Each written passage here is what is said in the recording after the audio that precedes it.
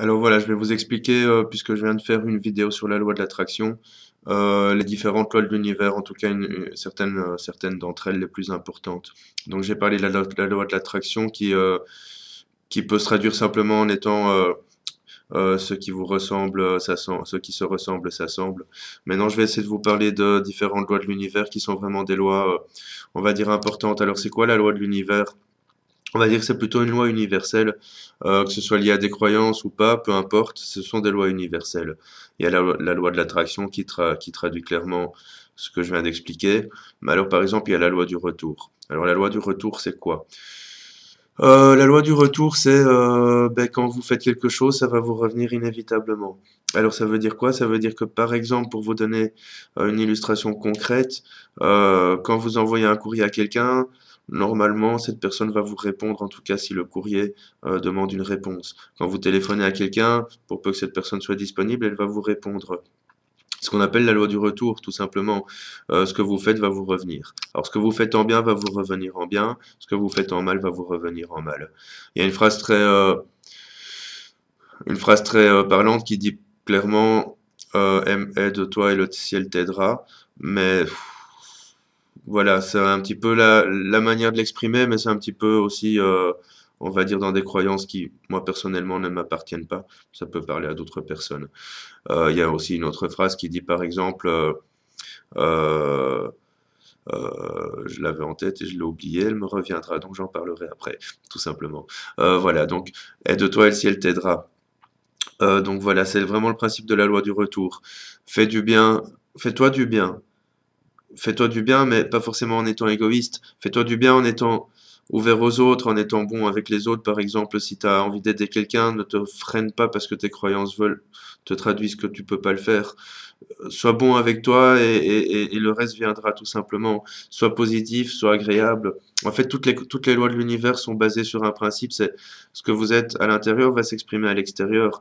Alors si vous êtes positif, les choses autour vont l'être aussi. Et ce que vous allez envoyer de positif va vous revenir en positif. Et ce que vous allez évidemment envoyer en négatif va vous revenir en négatif. Donc ça, c'est vraiment la loi du retour.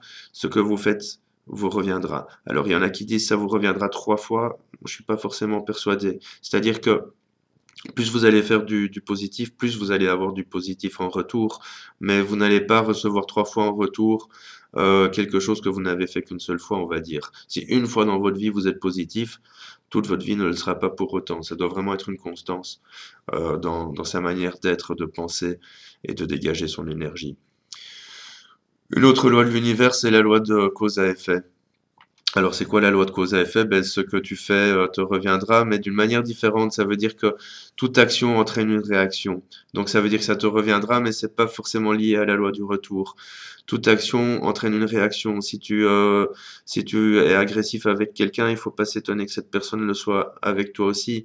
Si tu es bon avec quelqu'un, ça va être contagieux et cette personne va être bonne avec toi. Ça, c'est ce qu'on appelle la loi de cause à effet. Il y a une autre loi qui est la loi de causalité, qui est liée à la loi de cause à effet. Mais la loi de causalité, en réalité, c'est plutôt de dire toute chose a une raison, toute chose a une cause à la base. Alors si cette cause est consciente, c'est facile de la résoudre, évidemment, mais si cette cause n'est pas consciente, c'est un petit peu plus difficile de comprendre d'où elle vient et évidemment de la résoudre. Par exemple, voilà, vous allez lancer un processus pour trouver du travail. Et dans ce processus, inévitablement, à un moment ou à un autre, vous allez en trouver. Si vous ne démotivez pas, si vous restez sur votre ligne de conduite et que vous êtes vraiment convaincu dans votre recherche, la loi de causalité va dire plutôt tout ce que tu vis aujourd'hui, c'est parce qu'il y a eu une action à la base. Et c'est en ça que c'est lié à la loi de cause à effet, mais c'est parce qu'il y a eu une action à la base qui t'a amené à vivre ça aujourd'hui.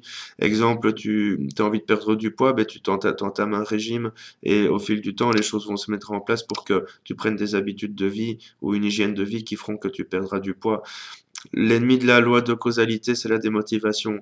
À partir du moment où on espère que ce qu'on lance dans l'univers, je vais le dire comme ça, nous revienne très rapidement, ça va pas parce que il y a des couches successives à passer au niveau énergétique. Et ces couches, ben, il faut le temps que ça redescende aussi. Donc vous envoyez une idée ou un mouvement ou vous initiez quelque chose dans votre vie. ça va remonter à l'univers, comme on dit, et puis ça va vous redescendre. Ça peut prendre quelques mois, quelques années, mais ça va arriver de toute façon à un moment ou à un autre. Alors l'idéal, c'est vraiment de garder sa ligne de conduite et de ne pas perdre son objectif de vue. C'est vraiment important.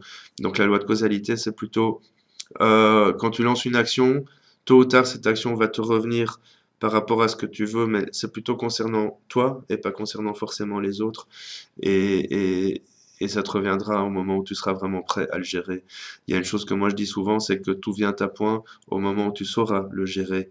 Parce que on peut souvent vouloir quelque chose et finalement, quand là, on se rend compte que c'était pas forcément ce qu'on voulait ou qu'on n'était peut-être pas forcément prêt à l'avoir.